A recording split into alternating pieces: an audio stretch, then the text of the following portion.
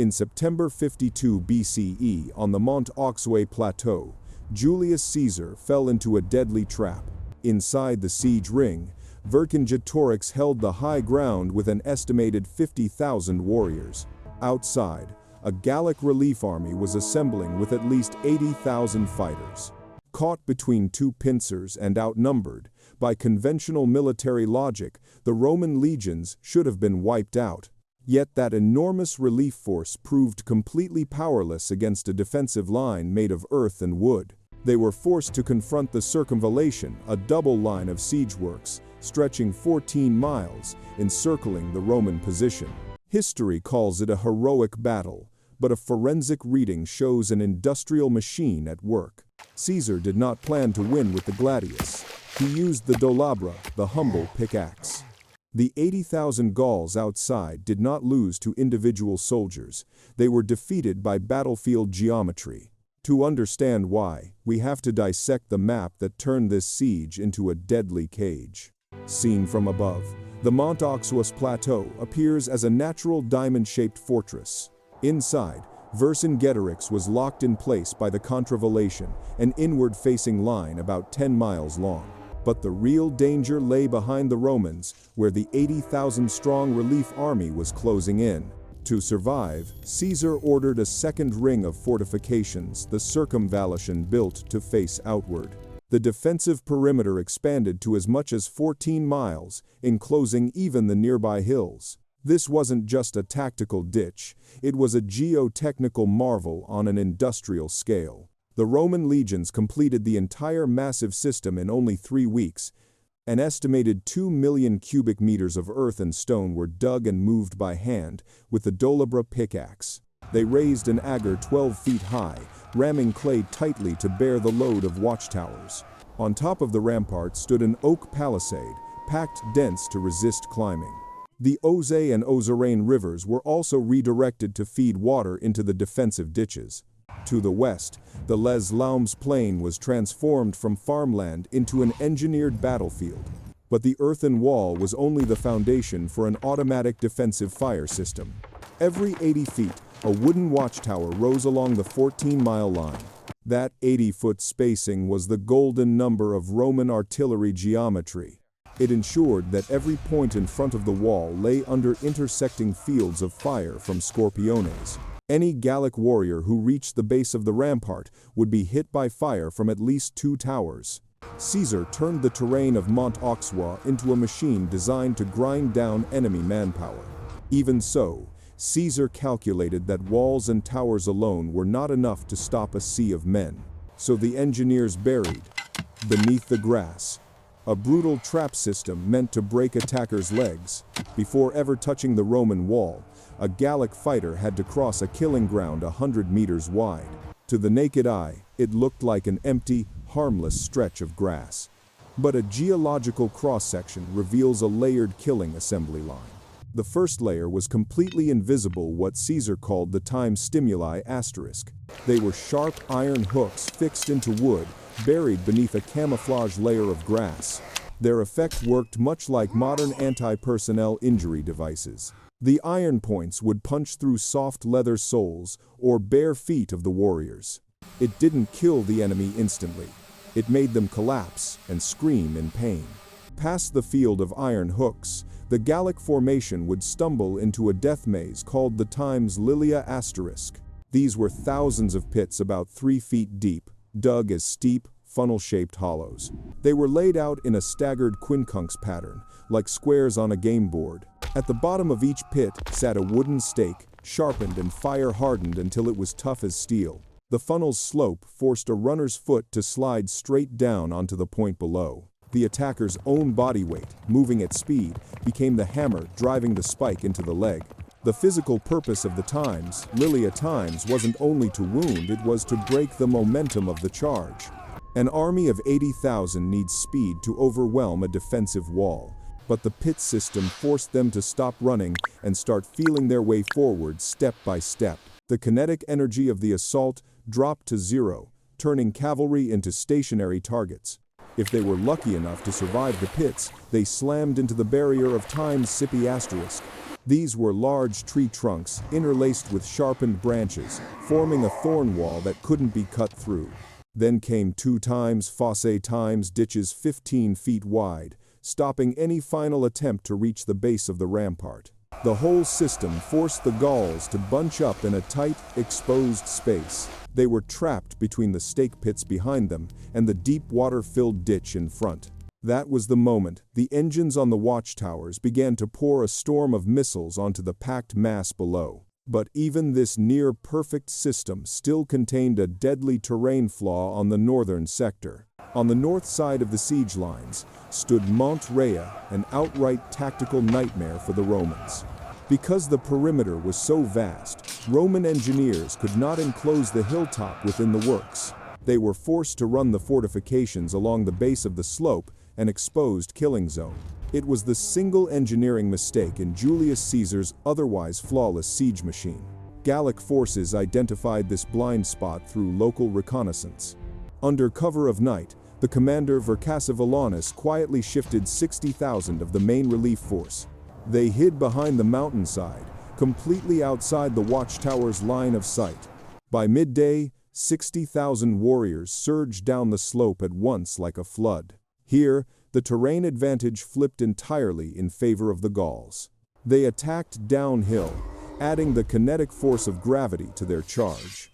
The times stimuli times and times lilia times traps were quickly neutralized by sheer overwhelming numbers. Gallic troops used planks, bundled brushwood, and earth to fill the ditches within minutes. Titus Labienus, commanding this sector, faced pressure on a scale he had never encountered. He had only about 2 legions to meet a human wave 10 times larger. From towers that sat lower than the slope, Roman archers shot until their arms failed and still could not stop it. At the same time, Vercingetorix, inside Alesia, saw a once-in-a-lifetime opening. He committed everything, striking the Circumvallation right behind Labienus. Roman legionaries found themselves fighting 2 fronts at once. In front, 60,000 relief warriors. Behind, Vercingetorix's main force. The narrow strip between the 2 walls became a crushing vice. The Scorpiones began to overheat, firing non-stop, then ran short of ammunition. The wooden palisade at the northern camp began to shudder violently, cracking apart section by section. Labienus kept shifting reserve cohorts to plug each breach. But this was a manpower attrition fight one Rome could not win through endurance alone. An urgent message arrived by cavalry at Caesar's central observation post. The Mont Rhea sector had been pierced at multiple key points and was on the verge of collapse. If that sector broke, the entire 14-mile fortress line would become meaningless. Blood had stained the slope of Mont Rhea red, and Roman resistance was at its limit. Labienus reported that he had no reserves left to throw into the line. Caesar understood he had one final card to reverse a century-defining board. From the central command post, Julius Caesar made a decision that wagered everything. He pulled 4 cohort detachments from quieter nearby forts. The order went out: abandon those positions, sprint toward Mont Rhea. But those numbers were still nowhere near enough to drive back 60,000 attackers. So, Caesar chose to turn himself into the most powerful psychological weapon on the battlefield. He threw on the Governor-General's bright red times paludamentum asterisk. That red stood out brutally against the earth and timber palette of the siege works. It was a beacon telling every Roman, the commander-in-chief is here. Caesar drew his times, gladius times, and led a direct counterattack up the slope. His presence triggered a surge of desperate adrenaline in the ranks. Men who had been exhausted suddenly fought with the steel discipline of a killing machine. They slammed with their times, scuta asterisk, clawing back every meter of ditch that had been filled. The fighting collapsed into extreme close quarters, where the Gauls' long spears became a liability. But the true key to victory wasn't where Caesar stood. Earlier, Caesar had quietly detached his Germanic cavalry from the main fight. Those elite hired riders slipped around the back of the hills, while the Gauls poured their attention into the red cloak in front of them. They failed to notice the thunder of hooves shaking the ground behind their lines. Germanic cavalry appeared suddenly over the ridge and crashed downhill like a sledgehammer. They drove straight into the loose rear and supply elements of the 60,000-strong relief force. This was the classic hammer and anvil strike Roman doctrine made real. The Gauls were pinned between a wall of shields in front and horsemen at their backs. Vercingetorix's command structure collapsed into panic. Even the bravest began throwing away weapons, searching for any path out. But the Germanic encirclement snapped shut, turning the slope into a killing ground. The chain reaction of flight spread fast through the entire massive relief army. From inside the oppidum, Vercingetorix watched his last hope dissolve. He ordered a withdrawal back to the plateau and slammed the gates shut in despair. By sunset, the roar of the relief host had gone silent. Montreuil was now nothing but a vast mass grave for the Gauls. The next morning's dawn fell across a battlefield so silent it felt uncanny. The relief army had vanished into the forests, abandoning their own people inside the oppidum. Modern archaeology has confirmed the scale of that chaotic flight.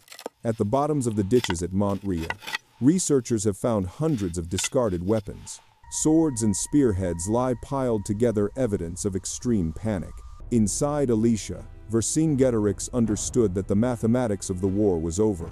He rode out alone through the gates and threw his armor down at Julius Caesar's feet. It was not a peace treaty, it was unconditional surrender. The king of the Gauls was chained and dragged back to Rome as a living trophy.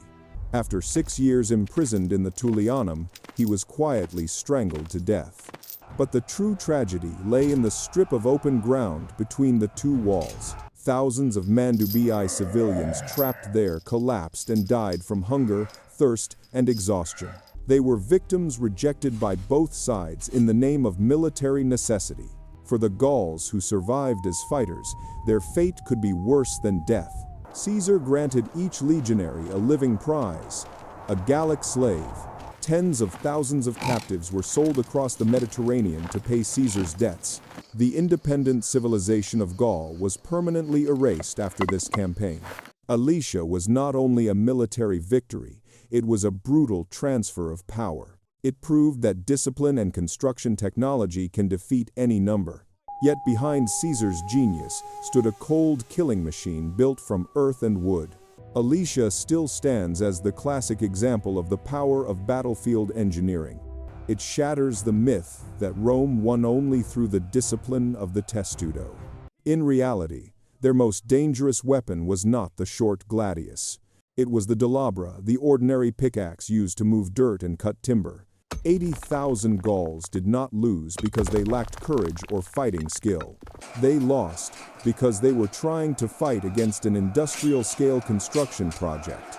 Caesar proved that earth and wood, arranged correctly, can be harder than iron and steel.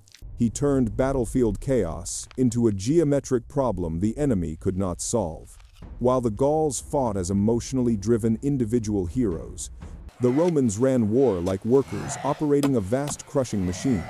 Alesia was victory for logistics and mathematics over raw muscle. The Roman Empire was not built only on rivers of enemy blood. It was built on the foundation of millions of tons of earth moved by hand. The final lesson of 52 BCE still holds true in modern war. Whoever can reshape the battlefield's terrain controls the decision between life and death.